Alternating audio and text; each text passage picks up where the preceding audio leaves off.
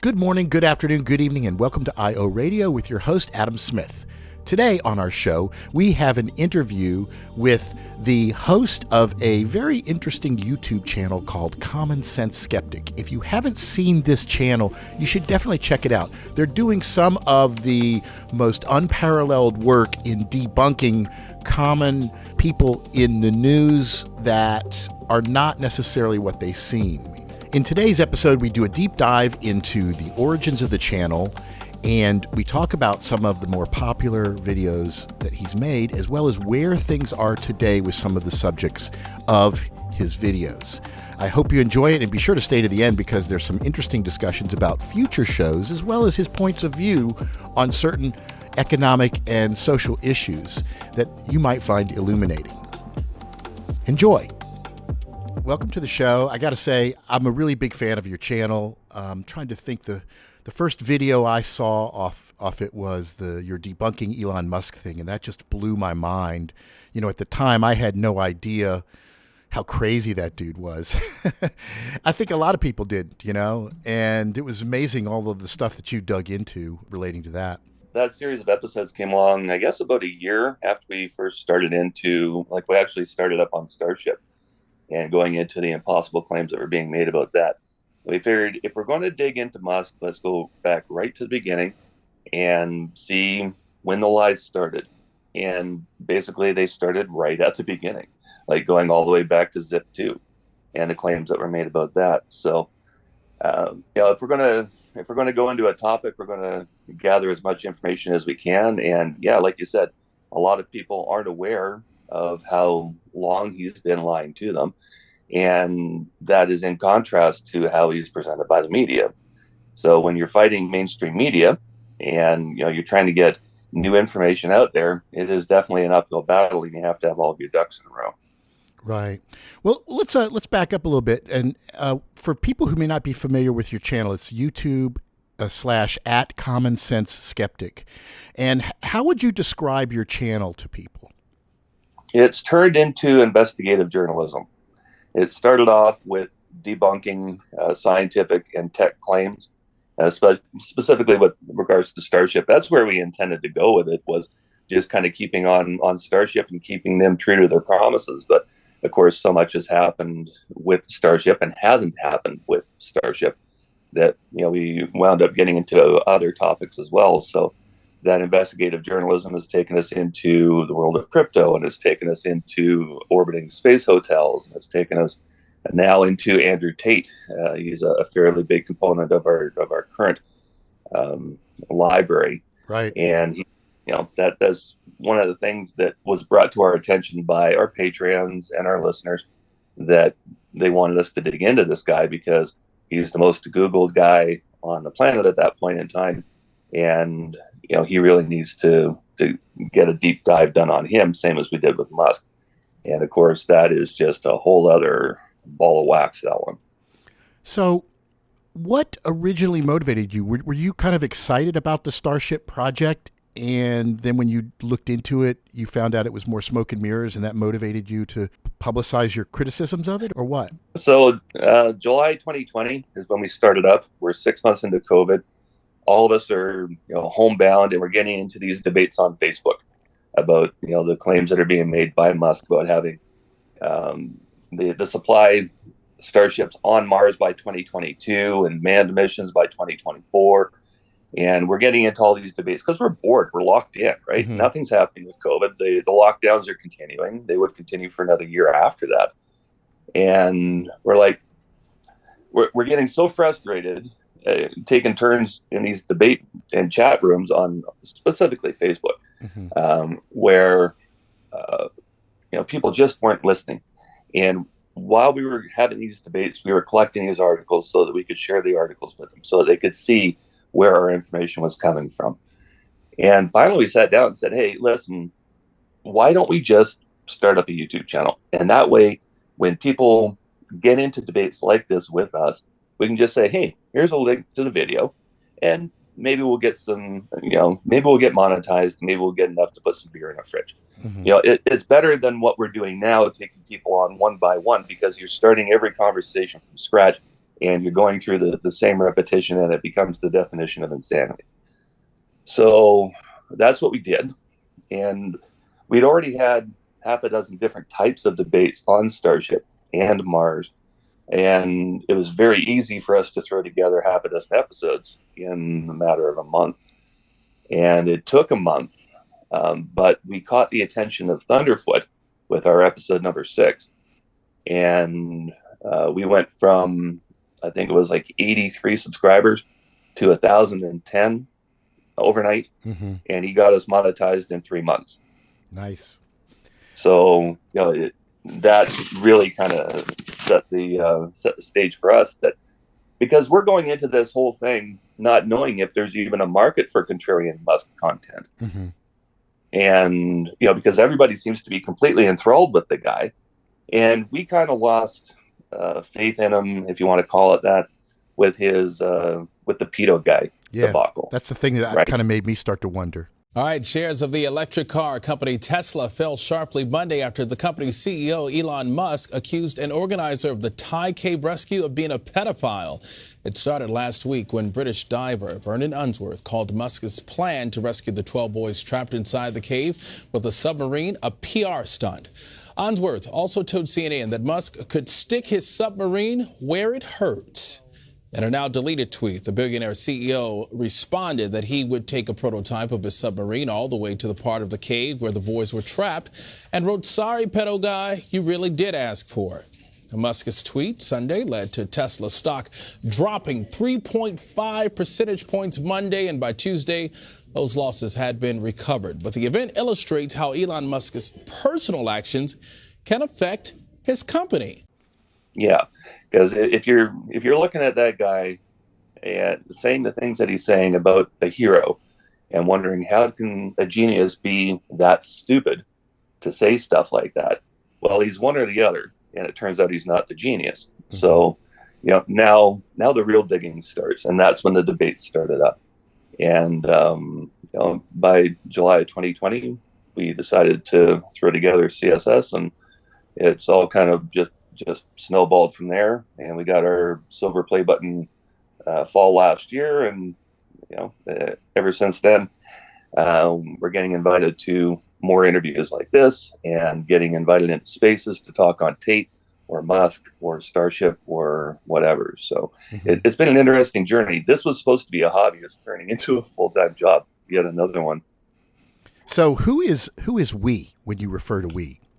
We is a circle of friends that basically, the description that we use pretty generically is that we're the guys over in the corner of your pub, splitting a pitcher of beer and a plate of nachos and just shooting the shit.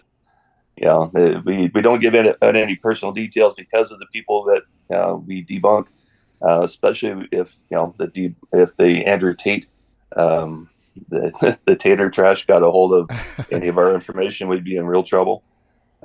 Because they like nothing better than to dox people and shut them down because they're speaking out. I think the muskrats are a little bit more tame that way, but every once in a while we'll get people asking, well, what's your education and who do you think you are, and blah blah blah. Mm-hmm. It's like, we've never claimed to be anybody. We've never claimed to be rocket scientists or chemists or engineers or any of it. So take what we're saying on the channel at face value. We show you the sources and the math for a reason, but keep in mind, we know how to do that math and we know where to find those sources. Mm-hmm. So you also have to take that into consideration as well when you're watching the CSS episode. So basically, you and your team, you don't consider yourselves necessarily experts in any particular field, except maybe critical thinking. You're well versed in knowing how to identify a claim and then disprove it or prove it. You know how to pull up the evidence and evaluate it, and that's basically what you're standing behind. Yeah. Basically, the idea is that we come across as laymen, so that other people who are watching the episodes, they can see how our thought processes work, and then they can start to apply their own thought process. We don't really introduce much new information out there. We collect a lot of information and we go through it. And by going through it, we come up with a pretty good idea of what's happening behind it. And it's a skill that everybody has. Like, none of the math that we use for volume or area or anything like that is anything beyond what you took in junior high even, right? But how many people have actually sat down with a calculator and some critical thinking and taken the claim that Musk has, that there's going to be 100 people at a time going on Starship to Mars, and you start adding up, okay, what do the people weigh? What does the food weigh? How much volume is there? How much water are they going to need? What's the life support system going to look like? And you start to take all of that into consideration. And you don't have to get beyond the people, the food, and the water to realize that the payload capacity is unsuitable for 100 people. And the volume provides 1/3 of the volume per person for habitable volume compared to what NASA minimum requirements are. So as soon as you get to that, you can confidently say, no, there's not going to be a Starship carrying 100 people to Mars at a time. So you've obviously crunched the numbers, and that's one of the interesting things I find most amusing about your channel is you will take Elon at face value. If he says he's going to put 100 people a month on Mars, you actually take that as a literal statement and you crunch the numbers. Now, obviously, you got to wonder, is he just saying this hoping nobody fact checks him? I mean, have you tried to figure out what the rationale is? Does he just say stuff without thinking and all of his engineers cringe? Or do you think he goes to his engineers and say, tell me what we can do, and repeats it, or something in the middle? I mean, how does he get away with making claims that most of his employees would probably shake their heads at? Yeah. Well, a lot of we call them muskrats, the people who are definitely Musk's corner. There's a lot of people will say, he's only meaning that he's, throwing numbers around. He's doing this, you don't need to take him at face value. Problem is he's actually written that number down into the Starship Operator's Manual that was published. I think it was in 2019. It's never been updated. But you listen just to the presentation that he did a couple of weeks ago that we did the episode on, the presentation for Starship and Making Life Multiplanetary. That was Boca Chica, beginning of the month, roughly. And he's talking about this 100 people at a time, 1,000 ship convoys, going Battlestar Galactica style, and completely ignoring the fact that each one of the ships that he wants to have up in orbit that's taking people to Mars requires 15, 20, 25 tanker launches to actually get enough fuel into the vehicles to get them to Mars. And that's not even enough to get them back from Mars. So once they're at Mars, then they have to do the in situ propellant production. And we got a great series on that goes through all that math and how many solar panels you'd need and how you'd have to collect the carbon dioxide, what you'd have to do to the carbon dioxide. And then you have to mine the water and go through electrolysis and then a Sabatier process and how much volume that would take. And that was actually a very interesting episode to go through because that's not just Musk. That's anybody saying in situ on Mars, in situ on the moon. Running that math and coming up with the numbers are like, check this out. Like, there's no way in hell that anybody's pulling this up, Musk or anybody else. Not NASA, nobody. Yeah, I'd always kind of heard that Mars was potentially suitable for colonization, but I saw one of your episodes where you talk about all the conditions on Mars and how the soil is absolutely incapable of growing anything in it, and without you'd have to bring your own soil or stuff to add to it to make it work. It just seems like a really, really difficult concept to be able to pull off. Yeah. So just to grow wheat, which is the product that we used in episode 6, and episode 6 is the one where Thunderfoot caught on to us. So we went through what it would take because Musk goes on about this 1 million people city on Mars. So we're like, okay, what would it take to feed 1 million people one loaf of bread? So we went through the growing conditions for wheat. We went through how much land would be required on Earth, never mind on Mars. What type of nutrients they need, what type of soil moisture is required, the microbiome that's required for roots to facilitate growth and nitrogen capture in the roots of a plant. We literally go from the ground up into what it would take just to give everybody in that colony one loaf of bread. And it comes down to a section of land that is temperature and pressure controlled. So we're talking a dome with a full cement floor, because if you don't have a full floor on whatever your sealed environment is, then your air, your temperature, all the rest of it leaks out through the ground, especially in those type of temperature conditions. So it becomes very obvious again very quickly that it's just not in the realm of possibility. So what happens when, now enough time has gone where he's made these promises and then they have not come true. And it seems like it's happened over and over and over again.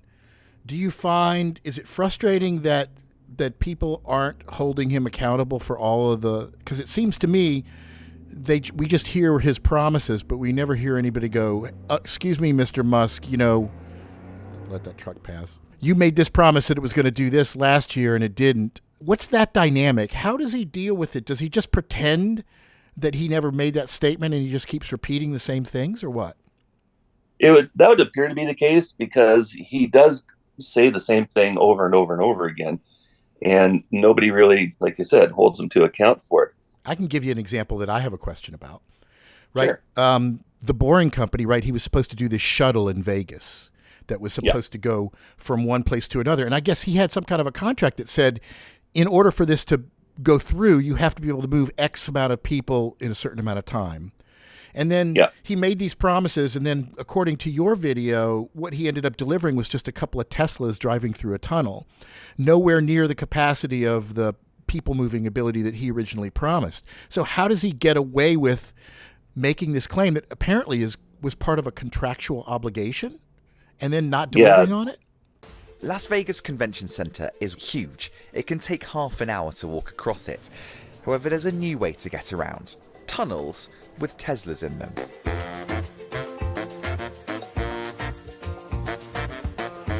This is what Elon Musk claims is the future of transport. So we're here in Las Vegas to check it out. The station looks like a cross between a taxi rank and a subway. I've never been here before, and it's very pleasant. It kind of feels quite cool. But this isn't quite what Elon Musk had envisaged when he created the Boring Company. Elon Musk's initial idea was incredibly ambitious, that people in Teslas would be transported into this huge network of tunnels, and they'd be transported at more than 100 miles an hour using its autonomous features. This emphatically isn't that. For one, as you can see, these aren't robots driving these cars, these are real humans. Secondly, they're not going at 100 miles an hour, not even close. They might be going at 30 miles an hour, and they're certainly not being transported from above. They're actually just going around what is effectively quite a small loop. Well, not only was the volume nowhere near what it was supposed to be, the vehicles were nowhere close to what was in the contract either. They're supposed to be autonomous shuttles, and you've seen the pictures of them. They look like a big glass cube with the rolling on a skate through the tunnel. And so those vehicles were never developed. The autonomous driving for them was never developed. So the Teslas that are going around in a sealed counterclockwise one-way loop even that scenario is too much for the FSD. And you need the FSD for the robotaxis, and robotaxis, of course, have been promised for almost a decade now. So, you take all those factors together and you say, okay, he didn't deliver the vehicles, he didn't deliver the driving conditions, he didn't deliver the volume.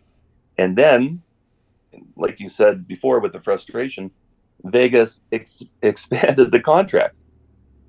They've got a whole new map system that this system is supposed to go and operate in, but it doesn't work properly in the pilot project. Yet they're still thinking, they've given them the contract to expand it. But didn't that contract have performance obligations in it? And absolutely. I think it was like 4,200 people per hour or something like that. It was a fairly large number. So if he has a contract and he has a performance obligation and he doesn't meet that obligation, shouldn't he be held accountable for that? Why would they give him another contract or let him expand it?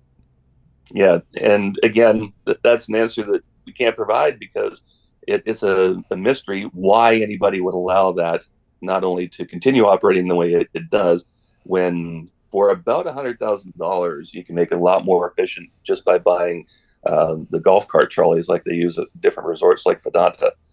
We've used that example before. Mm-hmm. You know, those are electrical. They carry like 20, 30 people at a time instead of the 3 people plus a driver in a Tesla. You know, it'd be a very easy upgrade using the same tunnel but different vehicles. But of course, then it's not a Tesla advertising opportunity. And one of the other questions that we had in that video that you referenced was, okay, you've got drivers instead of autonomous vehicles. Who's paying the drivers? Right? That's a cost that was not factored into the original contract either. So are Tesla paying the drivers? Are the Las Vegas Convention Center, are they paying the drivers? Who's paying them? So, yeah, everything turns into a boondoggle with him. In talking about Boring Company, so you've got this pilot project in Vegas, and they're expanding. But at the same time, you've got the Boring Company has tracked down other contracts, like in Fort Lauderdale, I think was one of them. And they talked the city council into going with this Vegas type system. And for whatever reason, the contract works for the city, and they're like, yeah, okay, so we'll go ahead and do that. And then the company ghosts them. So, and you can Google that, cities that have been ghosted by the Boring Company or Elon Musk. There's half a dozen of them where they got a green light on a project and the company just, forgot that it existed. So the thing is he being held accountable, or are there a bunch of court cases that are still pending over things like this? There's no court cases that I'm aware of for ghosting on the contract because the contracts were never signed. But what about him not living up to the contractual obligations with stuff like the Vegas tunnel? Well, for the Vegas tunnel, there was supposed to be a system of fines that they capped out at the project cost. And I don't think those were ever implemented. So he's just getting away with it. Yeah, he keeps getting away with it. And the mainstream media helps. And that's kind of where I was going when I was having trouble finding the words. Being held to account on the charity that he supposedly provides would be a good place to start. Because there's several opportunities, going back to the pedo guy thing. I think that was the first time he interjected himself into a crisis, with his Messiah complex. Ollie, I can fix your problem for you with this little submarine. Mm-hmm. I don't know if you've ever compared the submarine design to the holes that they had to crawl through in that cave rescue, but no way in hell that was ever working. But he got the public press for, interjecting himself into this rescue situation, and the genius is going to offer his SpaceX technology to develop this sub and deliver this sub, and the sub's going to save everybody. And of course, that never happened, but you never really heard about how it didn't happen. You just heard that he was there and that he was going to do all this wonderful stuff. And then when COVID started up, he was given a lot of positive press about how Gigafactory 2 in Buffalo was going to be making ventilators for the ICU units out of spare car parts, which didn't seem plausible to begin with. And that never happened. He did deliver some ventilators, but they were actually just basically sleep apnea devices that were discontinued products out of China that they slapped a Tesla sticker on, but they never actually made any ventilators out of Buffalo for COVID. Mm-hmm. The Flint, Michigan water crisis, he interjected himself into that and promised that he'd fix that. He didn't fix that. And then there was the Puerto Rico hurricanes. I think it was Hurricane Maria came through, wiped out their electrical grid, and Musk promised to upgrade their grid with solar. And of course, that never happened either. So, he gets the positive press, but he never gets the negative pushback. Right. And that's kind of where we step in. I guess maybe that's his shtick, right? He's always got some other thing to promote that distracts from the fact that he hasn't really delivered on a lot of his past projects. Yep.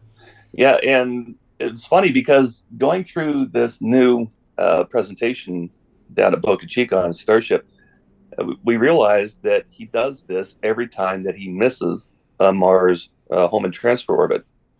Every time that 2-year, 26-month cycle comes around, he's promoting his Mars colony. He just even bumps though the he's not numbers up going a to few Mars. years, right? He just says, oh, instead of 2022, it's going to be 2026 or something.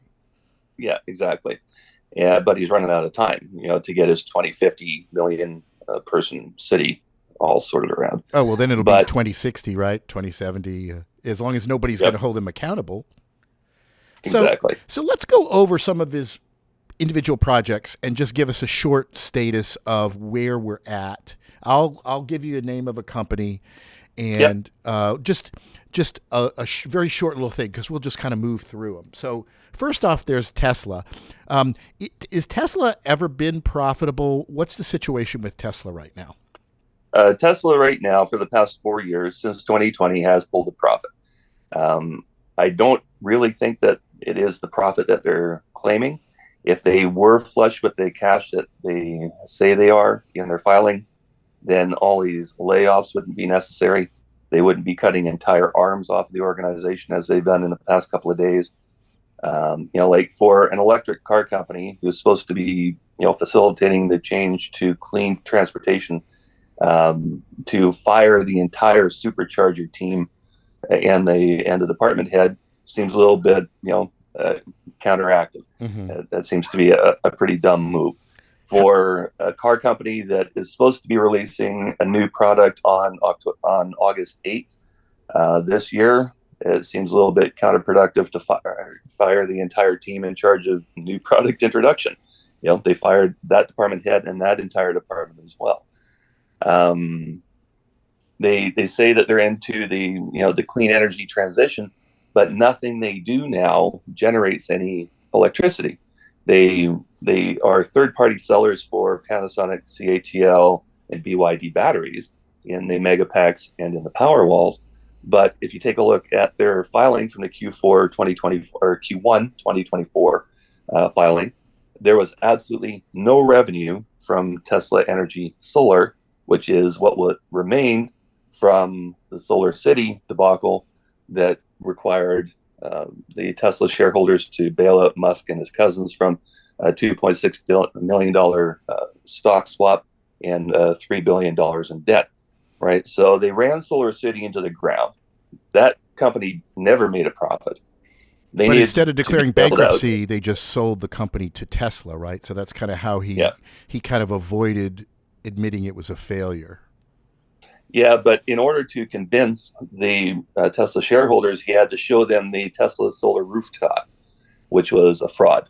He invited the press and the shareholders to the lot for the Desperate Housewives, the film lot, and outfitted 3 different houses with 3 different types of tiles. So you've got like the Tuscan rounded tile and a bunch of different styles that were supposed to be in development, ready to be released, something that the Tesla shareholders would definitely benefit from if they voted yes on this takeover bid. And they voted yes, and they never saw those tiles. And all they've seen since the acquisition was Solar City, what remained of it, get gutted for personnel. Those people, a lot of them were put on the Model 3 production ramp line. They and solar sales that were supposed to be 800 megawatts per quarter were down in the 40s, the 50s, and now, according to the last filing, they had no sales whatsoever of the solar product. And not only was the company, they were never a manufacturer to begin with, even though they had made an arrangement with Panasonic to create solar cells and tiles and whatnot at Gigafactory 2 in Buffalo. Anything that Panasonic created for them for that program, Tesla didn't use because even at that, the cost was too high. So they were using cheap Chinese shit. And Panasonic wound up having to sell what they were making at Gigafactory 2 to Asian customers until they finally pulled the plug and said, you know what, we're done with solar. So one of the things that I saw in your Debunking Elon Musk video that blew me away was him launching that Tesla into space.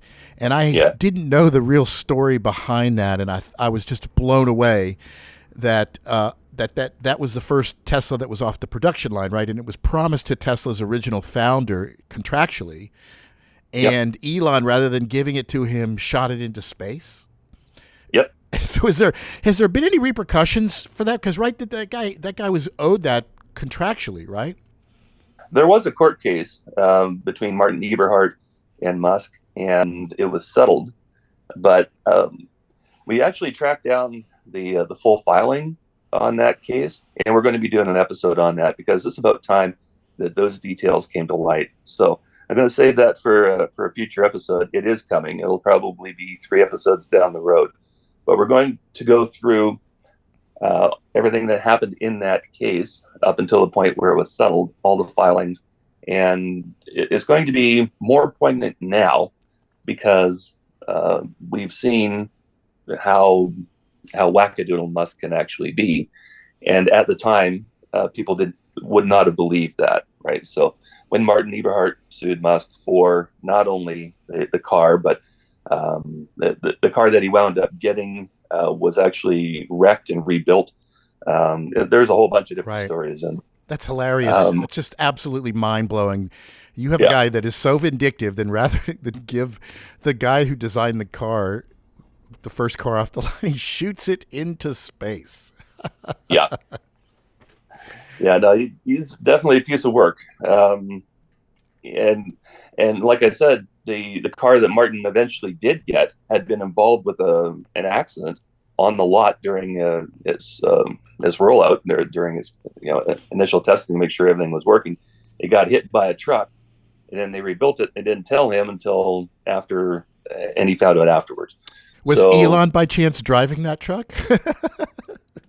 I would not put it past him at all. So let's move on. Because we could talk about Elon and his antics forever, but I want to talk about some more of his projects. So Starlink, that's the project where he's got all these low Earth satellites all over the place that's supposed to provide internet.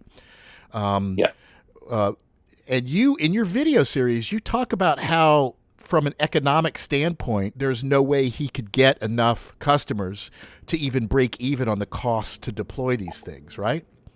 Yeah. And so what's the status of that right now? Yeah. The problem that we're running into with that statement is that Starlink announced a couple months ago that they had hit their break-even point. So all the muskrats are coming back at us now. You don't know what you're talking about, and look at this, and it only took 3 years, and so that discredits everything else that you said about the system. And actually, no, it doesn't. He's sitting at under 3 million subscribers. He promised investors that there was going to be 20 million by this point in time. So you're talking 15% of what you had promised your investors you'd get for subscriptions. And as it turns out, the claim that the company has hit a break-even point, the only way they can claim that is by completely ignoring the cost of the rocket launches and the cost of the satellites. So what they're saying is that the income from the subscriptions covers their operating costs, which might be their leasing, it might be their So when a signal goes up, when you're trying to retrieve a signal, your Starlink is going to the satellite, and the satellite is going to the nearest ground station. So you're actually accessing regular internet from a satellite, right? It's not going up to the satellite, going over to another satellite, and going down to Google. That's not the way that the signal travels. Right. So it goes up to the satellite, down to the ground station, but that ground station charges for data, right? It doesn't matter if you're Elon Musk or whoever. If you're using the internet, then you have to pay a data rate. So that's another cost that the muskrats really don't enjoy factoring into that equation, because we don't know what it is, but we know it's not zero. They're not going to be getting that access for free. Otherwise, the data provider is, they're the ones that are going to be going under. And technically speaking, right, there's no way that the Starlink would outperform standard terrestrial internet, right? No. So the FCC granted Starlink a $1 billion subsidy way back in the beginning, and that's kind of what they were focused on to provide for rural customers in the U.S. And I think it was 642,000 customers, something like that, that they had to address with their system at the particular up and download rate, and they wound up losing that $1 billion subsidy because they didn't perform the spec and they weren't addressing the proper customers. All of a sudden, Musk is selling this thing worldwide, but that's not what the FCC grant was supposed to be doing. So now the FCC, in this rural access for internet program, now they've got another $1 billion to play with because it didn't go to Musk. And that means that many other rural communities that didn't have internet are now going to get fiber. It was specifically for fiber installation and fiber connection. So there's a lot of the Musk fans. They're like, yeah, so you don't understand, who would be interested in this. People are going to be on their yachts day trading, and they're going to want the best possible connection. It's like, okay, but that's a tiny little market based on exactly massive amounts of that's costs. one connection fee. That's one connection fee. And the people that are living in the rural communities, they're not typically the more affluent ones, right? So the $100 a month or whatever it is for the subscription right now, plus the cost of the equipment, that's not doable for the majority of the world. We went through that in that Starlink debunking as well. There's a lot of places in the world where $100 subscription fee per month would cost them their ability to eat, right? Because there's people in China, there's people in India, like $100 is a big deal to them still. Right. Yep. So, but if they're not paying the $100, then the company's not making their money back on these guys at the rate that they were hoping to, because Starlink was supposed to be financing Musk's Mars operation, right? Because we got to get to Mars before World War III. Right. So, all it comes down to getting Musk as many resources as possible, based on fear. Really, there's a lot of fear-based stuff. We have to keep our consciousness going after World War III. Keep our consciousness going, to stop killing people with car accidents. Because if all the cars aren't smart cars, then people are going to die for no reason except, the NHTSA just released a report that said that autopilot was responsible for, like 200 crashes and 29 deaths, right? That report just came out in the last couple of days. So it's actually the program that's killing people, but that's not how it'll ever be sold. You'll never hear those words come out of Musk's mouth. So what about Neuralink? Is that another just complete boondoggle? Oh, yeah. Here's the thing to remember. Once air hits the brain, you're never the same. You drill an inch or 2 inch wide hole in your skull that accesses your brain to open air, because you got to cut through all your meninges and all your protective membranes. And you're going to be a different person, whether or not it works. Now that company was actually started by 7 experts in the field, plus Musk. All the experts except, I think there's still one. I think DJ Sal is still there. But everybody else whose names are on the patents that Neuralink uses are all gone. And some of them don't even bother putting that information in their LinkedIn profiles anymore. It's like, you know what? I don't want any association with that company, even though I developed and patented the robot or the, what different devices in the chip or whatever. So that's how much they detest what happened to their company, which was supposed to be developing a BMI that allowed paraplegics to move their appendages, their limbs with brainwaves, which is a great thing, but that's not good enough for Musk. See, anything that Musk is involved with has to be a panacea. It has to be a cure for everything, right? Tesla isn't a car company; it's an AI company, and it's at one time he promised it was going to be an HVAC company, and it's a robotaxi company, and it's all these things that it's not actually. And SpaceX is trying to turn Starship into everything, something that can replace everything that's being launched today.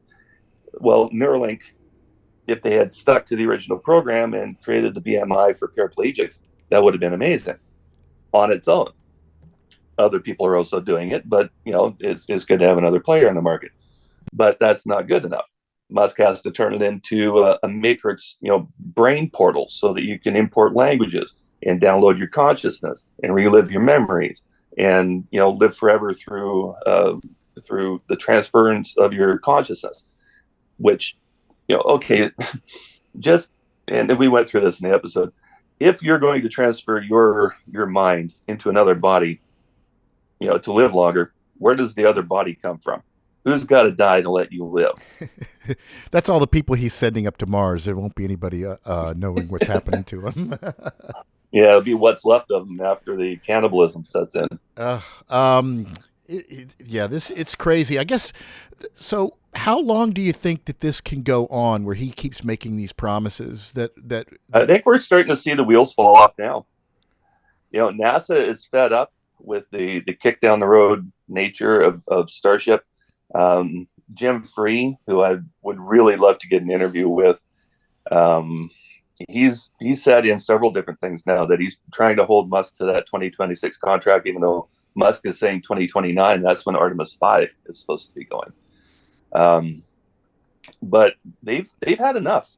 NASA, the reports on Starship that are coming out, and we're talking, also the GAO, but the NASA year-end reports, a couple of probably the last 4 conferences that have been held on the topic, they're not pulling any punches anymore. They're saying, hey, this needs to get what's NASA unhappy about? They're unhappy with the timeline, mainly because according to the Option A contract that Musk signed with Kathy Leaders, they were supposed to have boots on the moon January 2024. Okay, so that's everything else worked out. That's the refilling technology in orbit, all worked out. That's the multiple launches per day in order to do the refilling. That's, everything else was supposed to be worked out by then. And boots on the moon in January 2024. And that's, straight out of the documents. So he has like a big government grant to achieve this objective. $3 billion. Most of which he's received. Now, we did, I think it was part 2 of the Billionaire Space Race series that we did, where we go into what money has been received by SpaceX while Kathy Leaders was still at SpaceX. And then after, so a couple weeks before IFT-1 destroyed itself, she, quote unquote, retired from NASA. And then 3 weeks after IFT-1 blew up, she came to work for SpaceX on the same program that she awarded a $3 billion contract to as the on-site manager for Boca Chica, which just screams corruption. Right. So I personally think that they were given money on false pretense while she was still there, because the landmarks, the benchmarks that they were supposed to hit still haven't been hit. Right, there has not been a safe retrieval of any portion of any of the Starship launches. They haven't proven they're in orbit refilling, which Jim Free says is the next check he's going to write, is when they can actually prove by moving propellant from one ship to another in orbit that they've hit that benchmark. And then after that, they've got to do an unmanned landing on the moon with a Starship with a stripped down version. They've walked that back so that it doesn't even have to launch again. It's just got to get safely to the surface. And then they actually get to perform Artemis 3. I gotcha. Well, I guess he's in that defense contractor realm, and I guess there is definitely lots of precedence for projects like the SDI that happened during Reagan that took a whole ton of money and never really produced anything. So that's true. But at that point,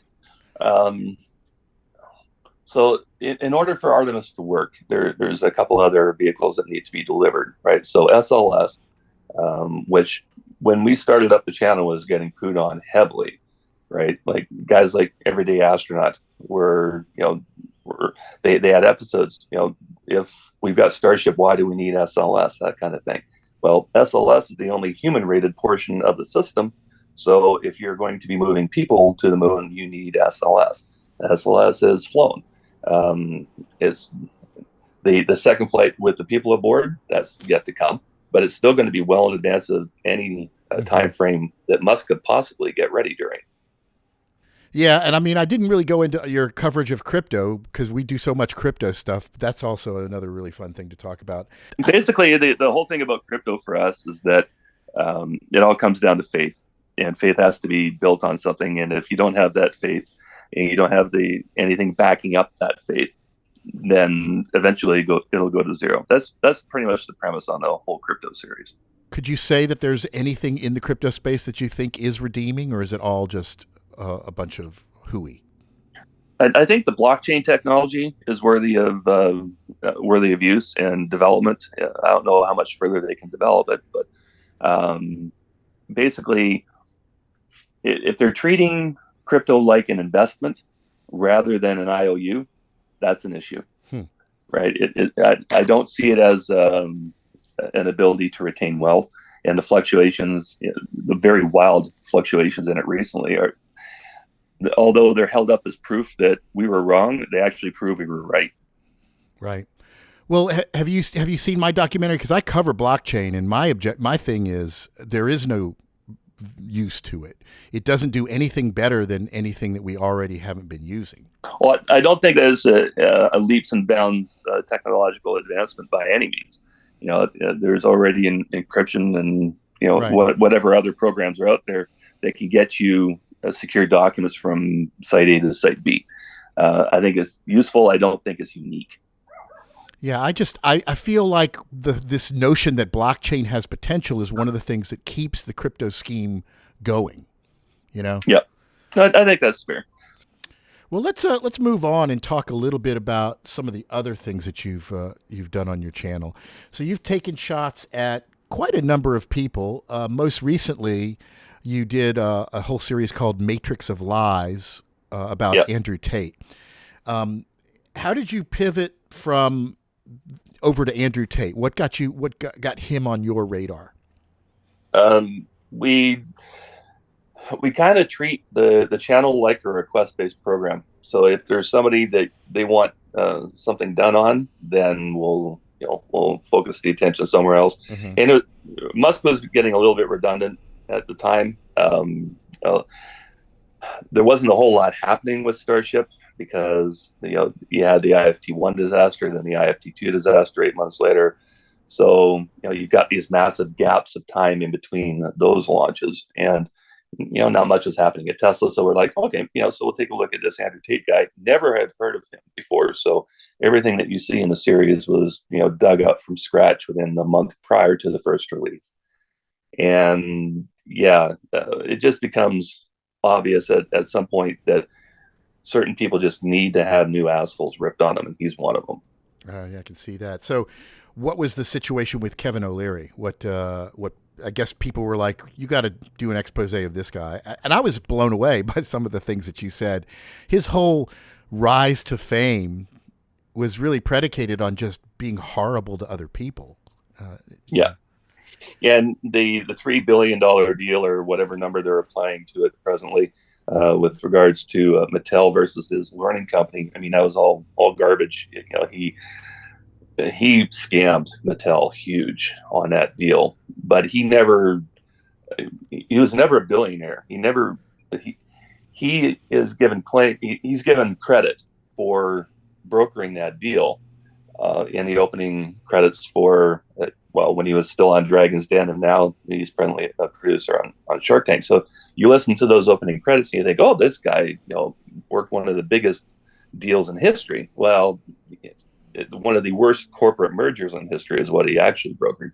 Right. And so supposedly he sold his company to Mattel, and he made all kinds of fake promises about the sales of his products, right? And then when they take the company over, they find out that he was completely lying about what he, his inventory and where his products were going. Exactly. Yeah. Basically what he had, when the learning company was at its heyday, it had some of the best titles out there. I forget what all of them were, but one of them was Where in the World is Carmen Sandiego. Mm-hmm. I mean, that was a cool enough concept that they made a kids game show out of it, but they never put any money into R&D. So what they would do is, and you might remember these racks. They were at your local drugstore or your Woolworths or your Walmart or whatever department store. Yeah, you full used of to like shop at when CDs you and were a stuff, kid. right? Yeah, so it was one of those revolver wire racks that was loaded down with the latest from Broderbund and then from TLC as well. Mm-hmm. So rather than actually doing upgrades to the software, what seems to have happened is that they just updated the the visuals, the graphics on the CD-ROM case, and sold it as something different. And what they would do, and this is especially what Mattel got caught with, is they would send out hundreds of thousands of discs. But the deal with the retailer was that any of them that came back, they'd get a refund for, right? Rather than it just going one way, it was coming both ways. And prior to the sale, TLC put out a shitload of product that didn't sell, but by the time they came back, it was no longer TLC, it was Mattel, and Mattel got stuck having to hand out those rebate checks. So that was one of the things that it was very underhanded. And then he went into a bunch of other business dealings where he was screwing people over, very similar to Musk, right? Where they had a waste disposal company that went tits up.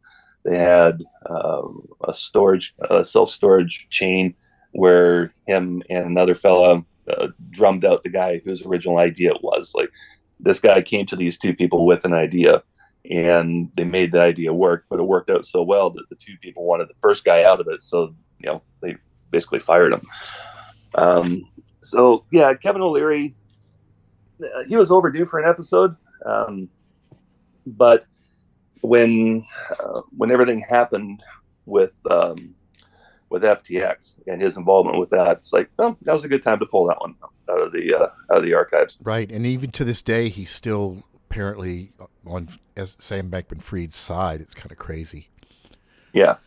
So who else in the pantheon of quote self-made successful people do you see out there that are worthy of having a debunk series? Even if you're not planning on doing one, can you throw some names out there that you think there's people that they're not what they claim to be? Well, we had a request to do one on Jeff Bezos, and I'm going to be absolutely honest. I don't mind Jeff Bezos. Bezos doesn't make promises that he can't deliver on.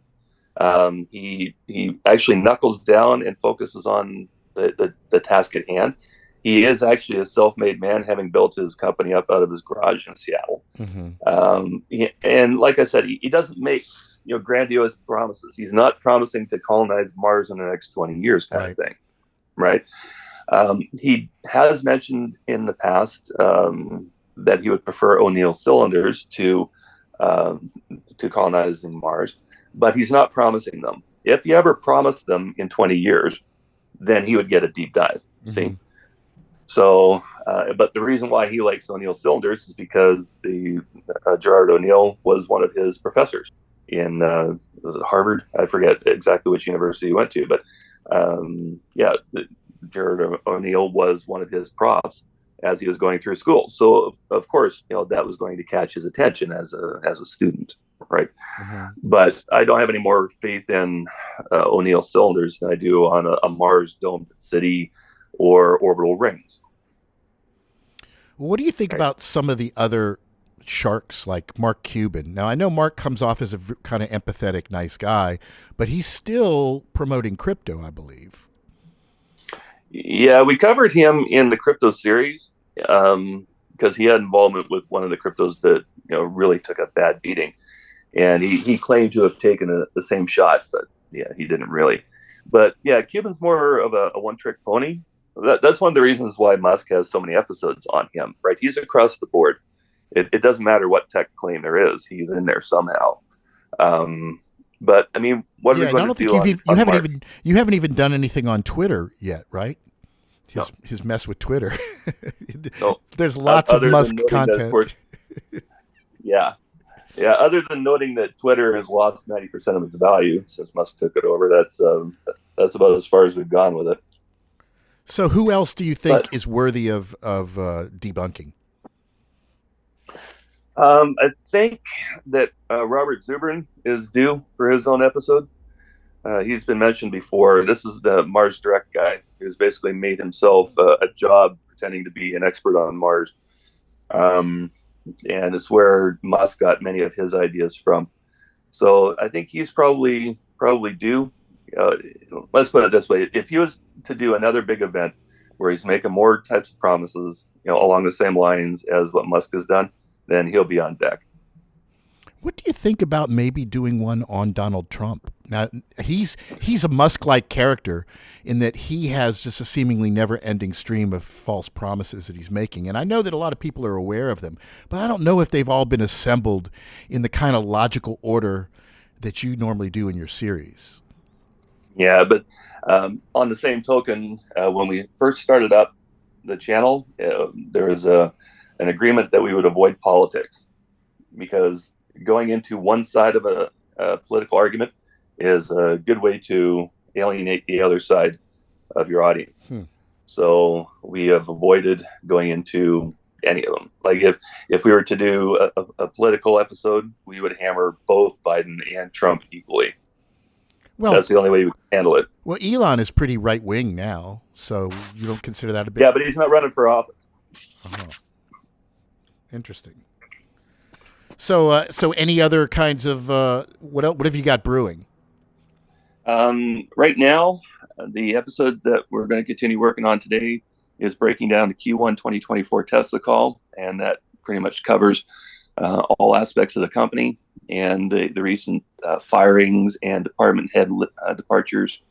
And after that, we're going to wrap up the Andrew Tate series, because he is going to trial, and we need to get.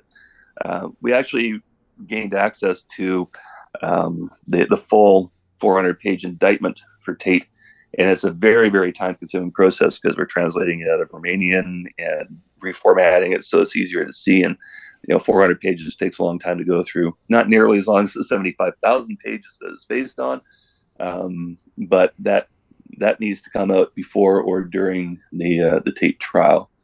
And then after that, we're probably going to do the Eberhard legal case. And at some point, and this is by request as well, we're probably going to do an episode on the negative effect of a minimum wage in the open market. Oh, interesting. Well, that seems political. And that'll be completely different. not necessarily political, but definitely economic, which is where some of our education actually lies, in economics. So you feel that having a minimum wage is bad, and you'd mount a case against it? I think that a minimum wage produces minimum workers, and that is a detriment to the overall workplace, where you're not able to incentivize your best workers properly in a scenario that would actually allow you to pay them more. But how do you deal with the disparity between executives and workers? One of the things we're seeing socially that seems to be a big problem is the wealth disparity. The executives, the shareholders are getting super rich, and the regular workers are getting shafted. Well, any worker at any company with a particular skill set is welcome to subcontract that same skill set or open up their own company. I get it. So that's what an open market is. All right. So you're more a total free market kind of guy in that respect. Yeah. See, okay, let's give you an example. I make widgets. Making widgets on my own, I'm making $100 an hour. I want to make more than $100 an hour, so I hire a couple of helpers. I decide that we're going to start I've got $40 an hour that I can give out as wages.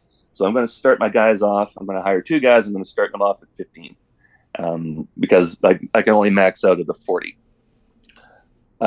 So start them off at $15 an hour, both of them. One of them produces far more widgets than I was able to do on my own, and the other one isn't quite to the same standard.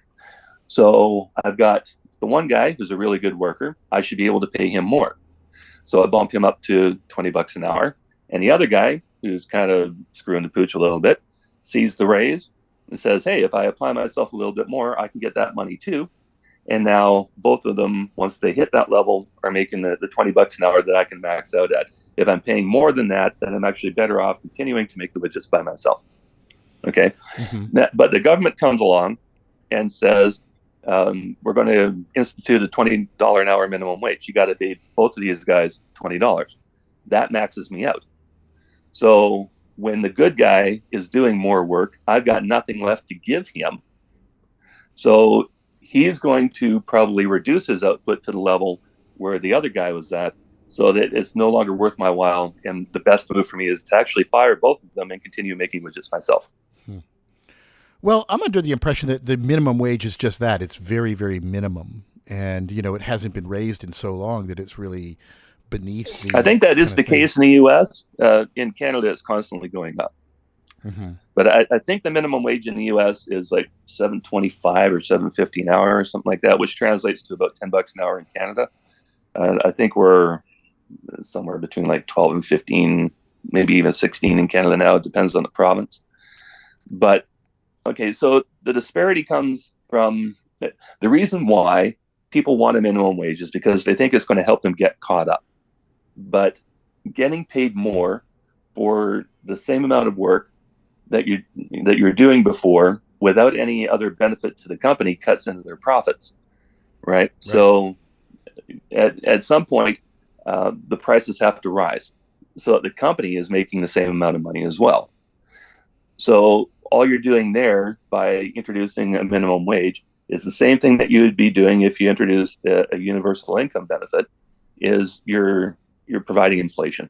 You're actually it's lockstep inflation, right? You raise and you've seen this in California where they raised the minimum wage for the fast food workers. As soon as that minimum wage goes in, the fast food places are like, we can't do this. We're making like 7 cents a burger and you want like $3.50 more an hour, whatever it is, right? They can't do that. So they wind up just closing up shop. Now the people are out of work and it benefits nobody. Well, there's also a good argument for if you can't afford to pay your employees a proper wage, then maybe it's not a good enough business model in the first place.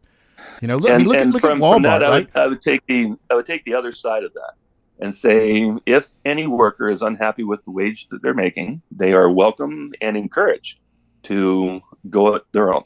Right. If they're working for a retailer and they think they know the business better, they can take the risk and open the shop and see if they can actually do better. And if they do, fantastic. And if not, then they'll wind up working back at Walmart.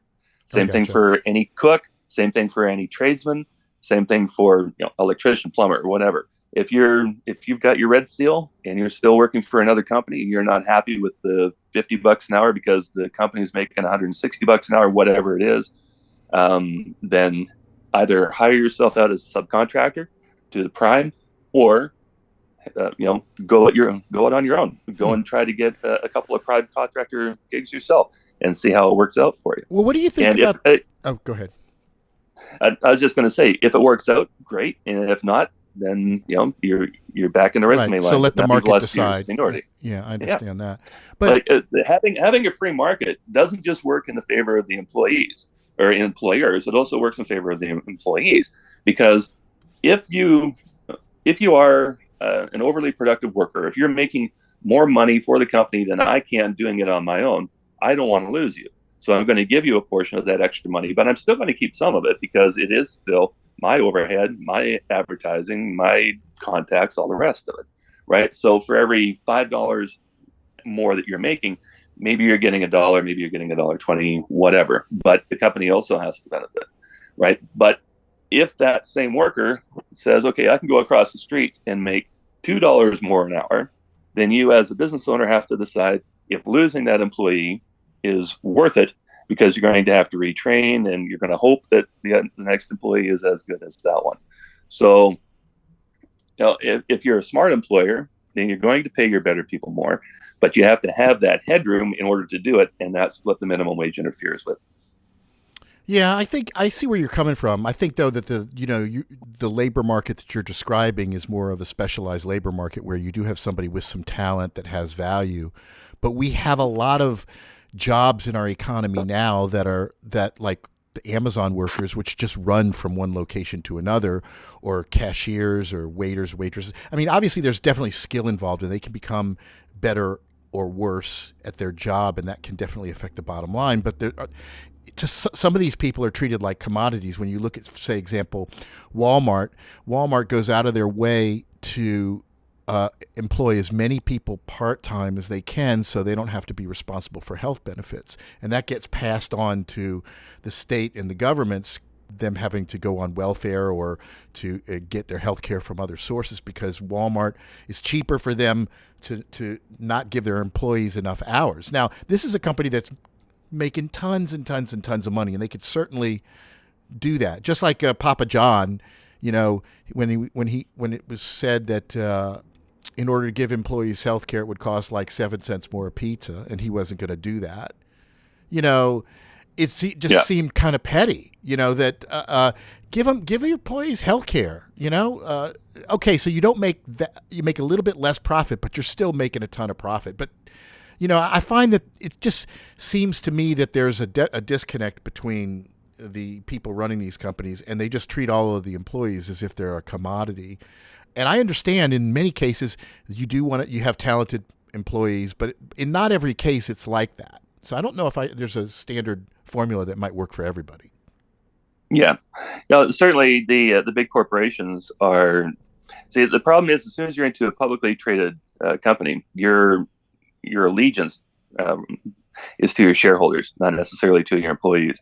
So that's why you have all these productivity experts, and you have to make sure that there's as much money coming into the company as possible, because it's not your company, it's the shareholders' company. And yeah, so those two definitely work at odds with each other.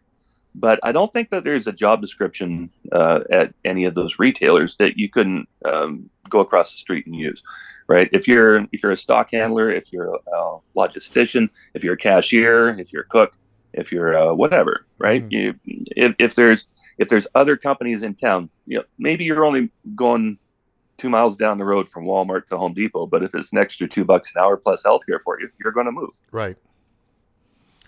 Well, very interesting. I will look forward to seeing that show. And, it's been great talking with you. Is there anything else that you want us to know about your work and what's coming up? Not really. Basically, like you said, the premise of the channel is for people to come and learn not only what we found out, but also how to think about particular situations and when things are worthy of being questioned. So if you're looking at a claim that Musk is making or Bezos is making or whoever's making, and it doesn't look right to you, you do have the skills to go and hunt down facts that can either support what they're saying or support what you're thinking. And in that regard, the channel is an exercise in your ability to think more than it is in our ability to present to you. Right, and you're just giving people some additional information, another perspective. At the end of the day, everybody should verify their own things. Absolutely. Yeah, do your own due diligence, because some of these companies are companies that you might want to invest in or you might not want to invest in. It all depends on what you find out when you're doing your own research. And to be blunt, across whatever it is now, 150 episodes, something like that, in 12 million views, we've got a 98% approval rating. So what we're telling people is appreciated to that level. And if somebody's coming on into the comments to defend a particular person, say they're defending Andrew Tate or they're defending Elon Musk, then they have to come with their own facts. They can't just come and poo-poo, the episode because they feel like it, because they like Musk, or because they made $5 off of something Andrew Tate taught them. We're definitely open to debates all the time. People in the room that are subscribers and patrons are typically pretty educated. Like, we have a lot of people in the room that are teachers and engineers and former NASA employees, that kind of thing. And then from there's the entire spectrum, of course. And, it's been a very interesting journey for us to grow from 1,000 subs to we're almost at 110,000 now. And get introductions to, for example, we had one conversation with a guy at NASA about a year ago, and that was extremely fun to get engaged with. And we get invited into spaces to talk about various things. Like there was a space that Mario held about Andrew Tate about a month ago, and there's two of us on one side of the Andrew Tate debate and 278,000 people on the other side of it. And we knocked them all down as they came because they didn't come prepared. Right? They didn't know what they were talking about. They hadn't read the documents. They hadn't read the indictment. And they were just blowing smoke and sunshine. And it's like, no, we're not putting up with that. Right? If you're going to debate us, then you have to come prepared. And once that happens, once both sides are educated and up to date and informed, then it's a completely different conversation. I want to thank you for coming on the show, and I'll probably pepper in some of your video footage when I edit this all together, so Perfect. People can see. And really, thanks for taking the time. Yeah, thanks for the invite. We'll talk soon. Okay, thanks. Well, there you go. Another episode done. I want to thank everybody for tuning in and supporting our channel and everything. If you'd like to find out more about us, our main website is IORadio.org. You can also catch us on YouTube at YouTube/American Scream Video. That's where you'll find these podcasts with additional AV added, as well as the documentary Blockchain Innovation or Illusion, which I recommend everybody watch. We're available on all the major podcast streaming platforms, so be sure to look for IORadio. And until next time, I want to personally thank everybody for tuning in and your support.